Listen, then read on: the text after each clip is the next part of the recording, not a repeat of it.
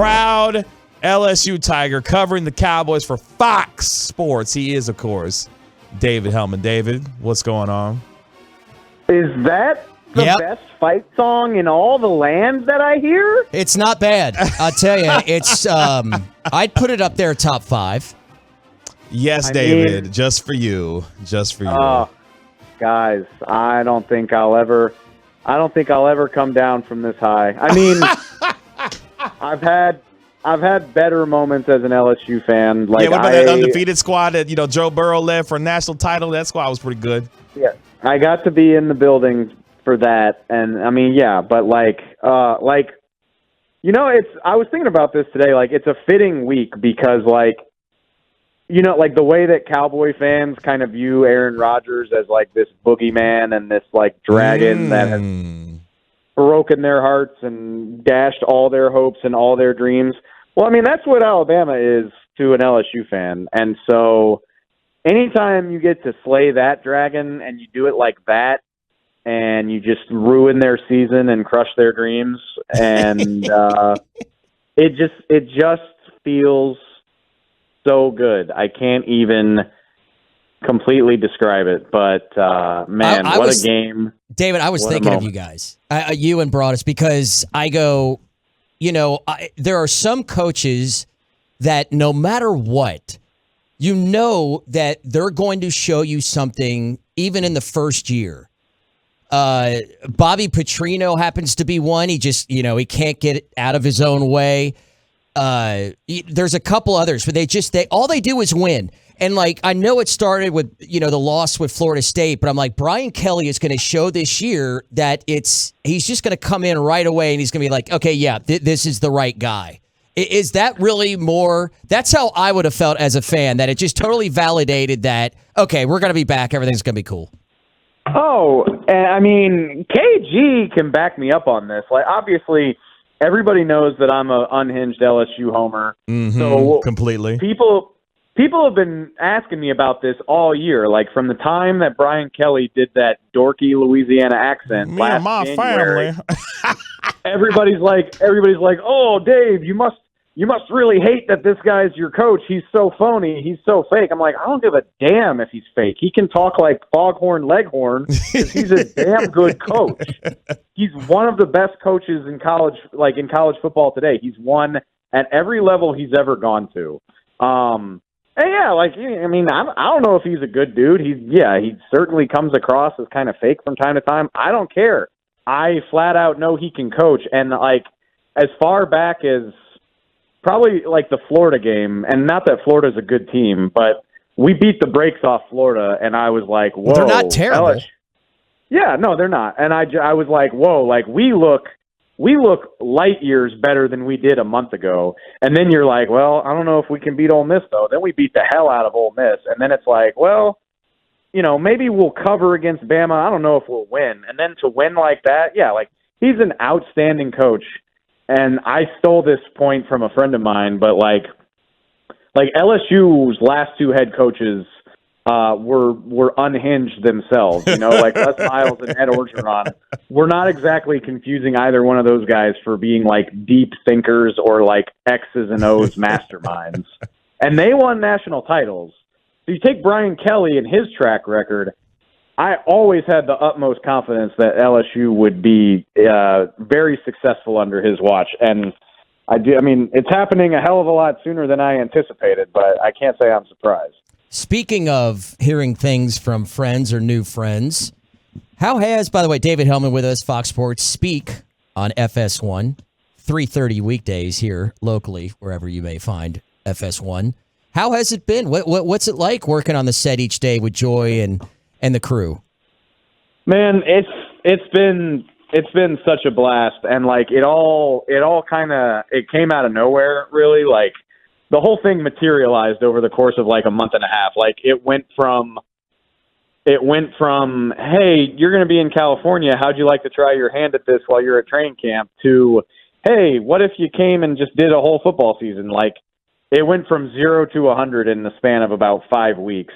But it's been so cool. Like, everybody's been so welcoming. Like, Joy, Emmanuel, Shady, like they've all been amazing to me.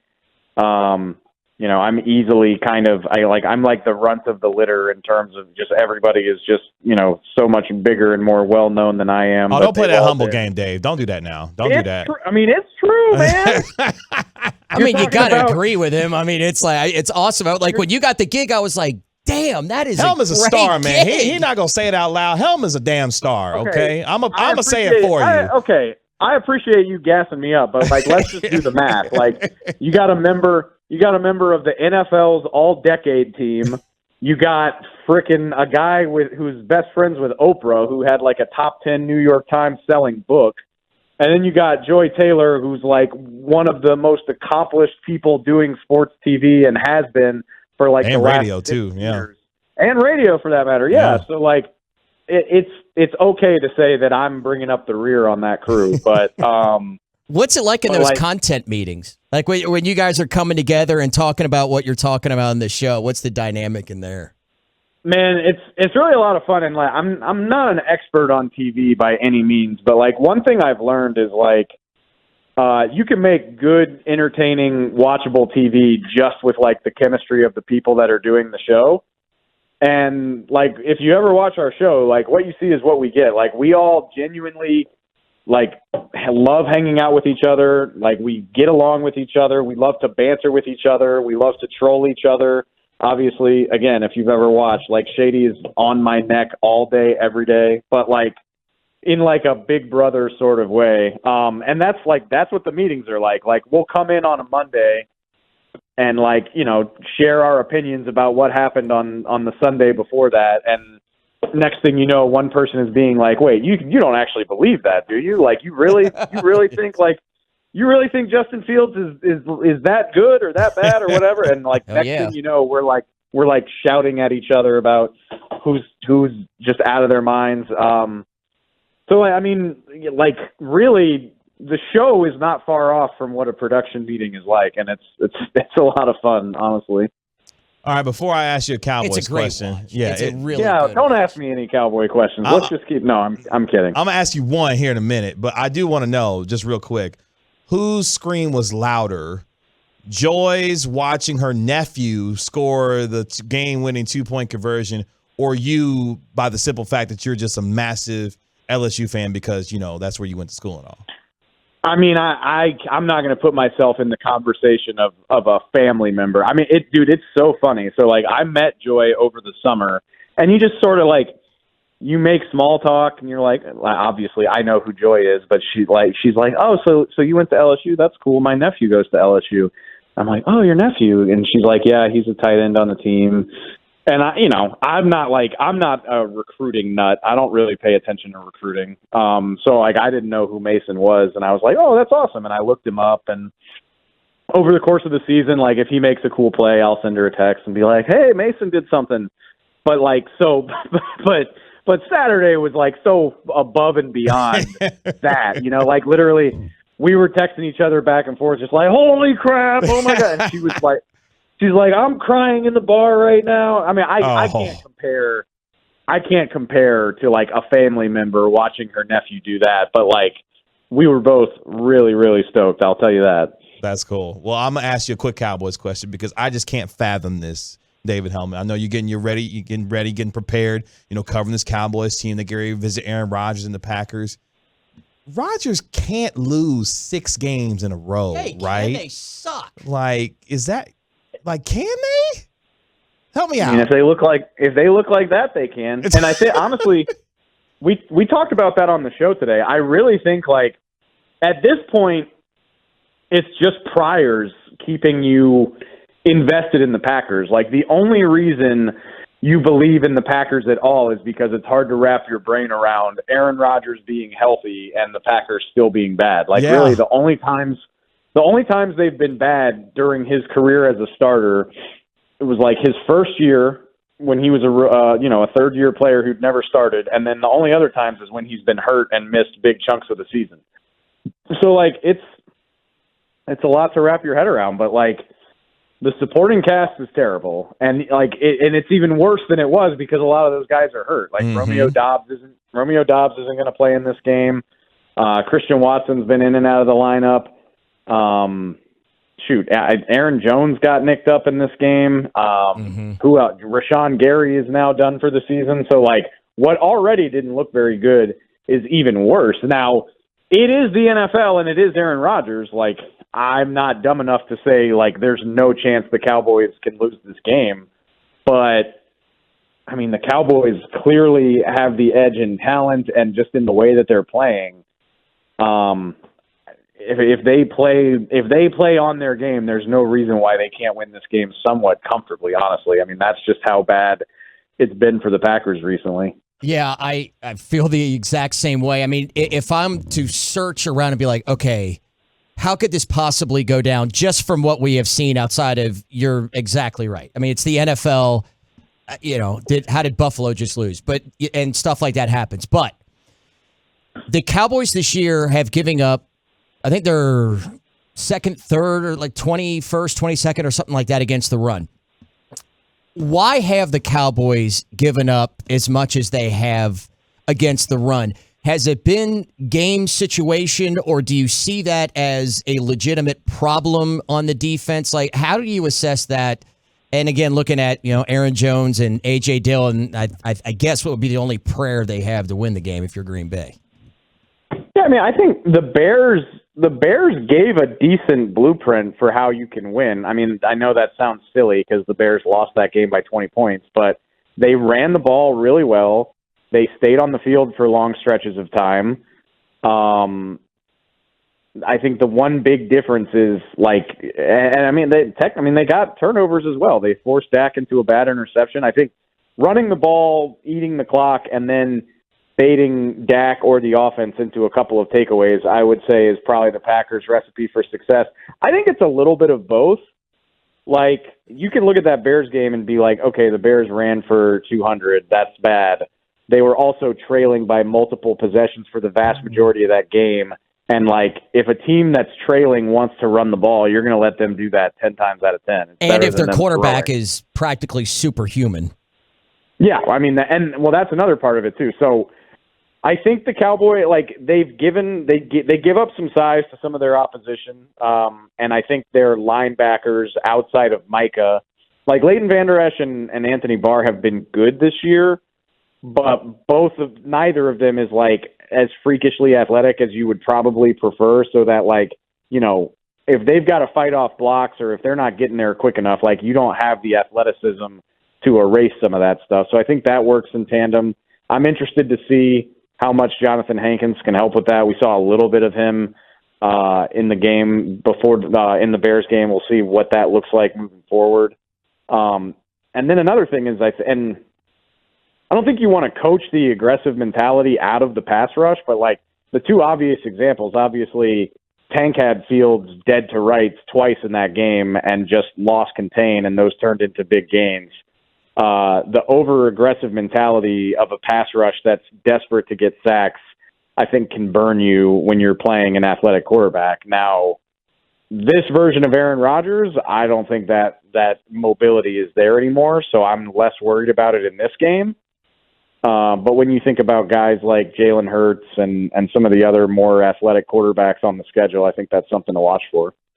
I know we're late, but I want to ask you this question before I let you go because I love your perspective on things like this. It's 9:40. Who really cares? On a scale, I'm on the West Coast, man. It's not even. I know. It's not remotely late over here. Yeah, I know. It's early night for you. You're just getting started.